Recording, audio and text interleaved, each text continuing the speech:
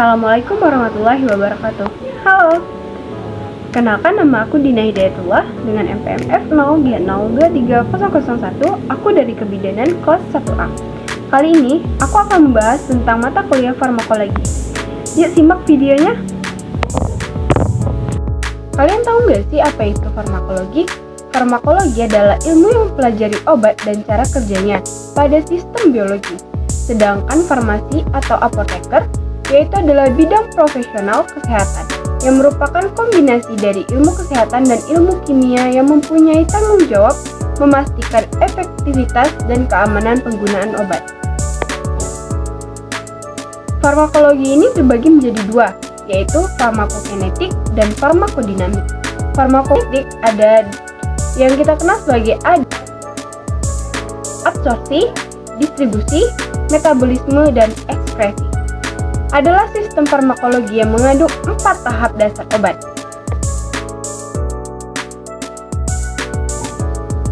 Sedangkan farmakodinamik, saat obat bergerak melalui aliran darah, obat menunjukkan afinitas unik terhadap situs reseptor obat, yang berarti seberapa kuat obat tersebut berkaitan dengan situs reseptor obat.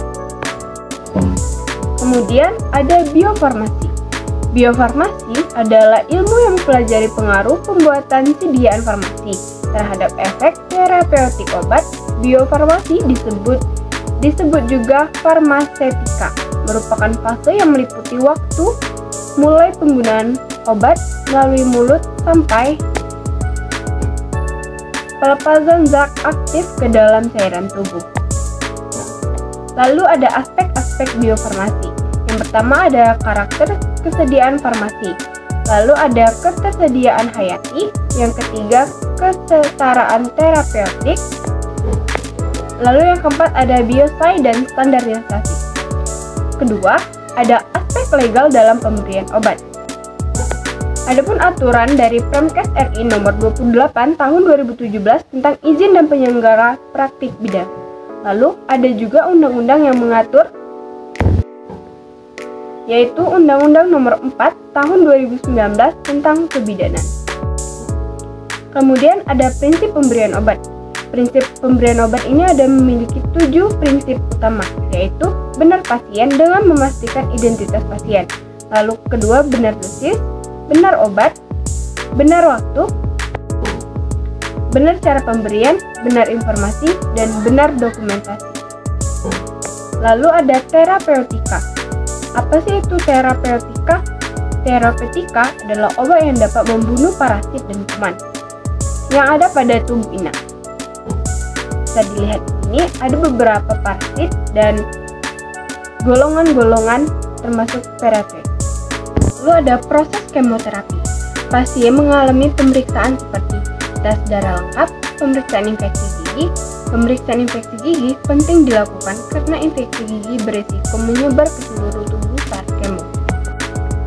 Kemudian ada antibiotik.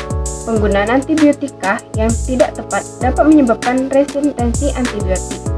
Bijak gunakan antibiotik. Gunakan antibiotik hanya dengan resep dokter. Tidak digunakan antibiotik berdasarkan resep lalu. Demam, batuk, pilek tidak perlu antibiotik. Jika sakit lebih dari 3 hari, periksakan ke dokter. Lalu ada gangguan saluran cerna. Apa saja sih yang termasuk gangguan saluran cerna? Tukak lambung termasuk gangguan saluran cerna, disebabkan karena lambung atau usus 12 jari atau keduanya. Tanda dan gejala hilang nafsu makan, nyeri pada perut, gangguan pada pencernaan, mual, kembung, perubahan warna feses, terdapat darah saat muntah. Lalu, apa saja sih obat yang digunakan untuk mengurangi atau menghambat sekresi asam lambung? Obat yang digunakan untuk menetralisir asam lambung sebagai berikut. Lalu ada obat sistem saraf pusat yang disingkat dengan SPP. Yang pertama, itu ada analgesik SPP. Analgesik SPP bekerja pada otak untuk menghambat rasa nyeri sistemik. Dapat mengakibatkan ketagihan atau candu, termasuk golongan narkotika, memiliki efek pada SPP dan organ-organ tertentu. tidak memiliki aktivitas antipiretik dan antiinflamasi. Kemudian analgesik SPP, efek sentral pada sistem saraf pusat, yaitu menurunkan rasa nyeri, meniadakan rasa takut, menghambat pusat batuk, menimbulkan miosis, dan meningkatkan kerja hormon antidiuretik. Kemudian ada analgesik SPP, efek perifer, penghambat pengosongan lambung, mengurangi motilitas saluran cerna, mengurangi tonus pembuluh darah, dan TD turun. Indikasinya yaitu nyeri yang sangat kuat seperti nyeri pasca kecelakaan, operasi, dan kanker. Kemudian ada antiemetika, obat muntah. Muntah terjadi karena akibat rangsangan dari saraf pusat pada saluran cerna. Indikasinya yaitu mual muntah akibat mabuk perjalanan, mual muntah pada ibu hamil, mual muntah akibat suatu atau patologi penggunaan suatu obat. Ada 3 golongan antiemetik yang bisa dilihat di sini.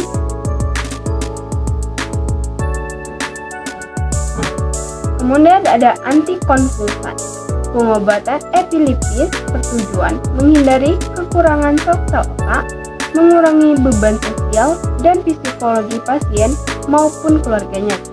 Ya, lalu ada prophylaxis, pencegahan sehingga jumlah terangsang berkurang. Antidepressif, efek samping yang paling umum yaitu hipertensi, mual, muntah, pusing. Obat antidepresif bekerja dengan cara memperbaiki mood, menghilangkan depresi, mengaktifkan psikomotor. Lalu ada anestetika. Terdapat 2 golongan besar anestetika, yaitu ada anestetika umum atau total. Rasa sakit hilang disertai dengan kehilangan kesadaran. Lalu yang kedua ada anestetika lokal. Rasa sakit hilang tanpa disertai dengan kehilangan kesadaran. Lalu ada juga pemberian anestetika. Yang pertama ada injeksi dan ikhlasan. Sekian deh. Kamu nanya.